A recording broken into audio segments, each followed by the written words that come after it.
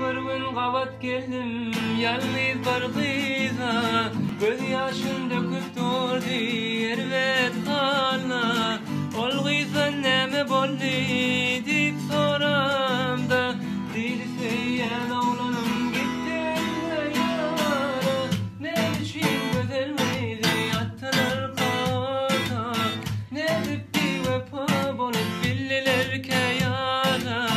Ne diptiler beyne iç ifada, söyleyen yuvarlattılar beni yalanmada.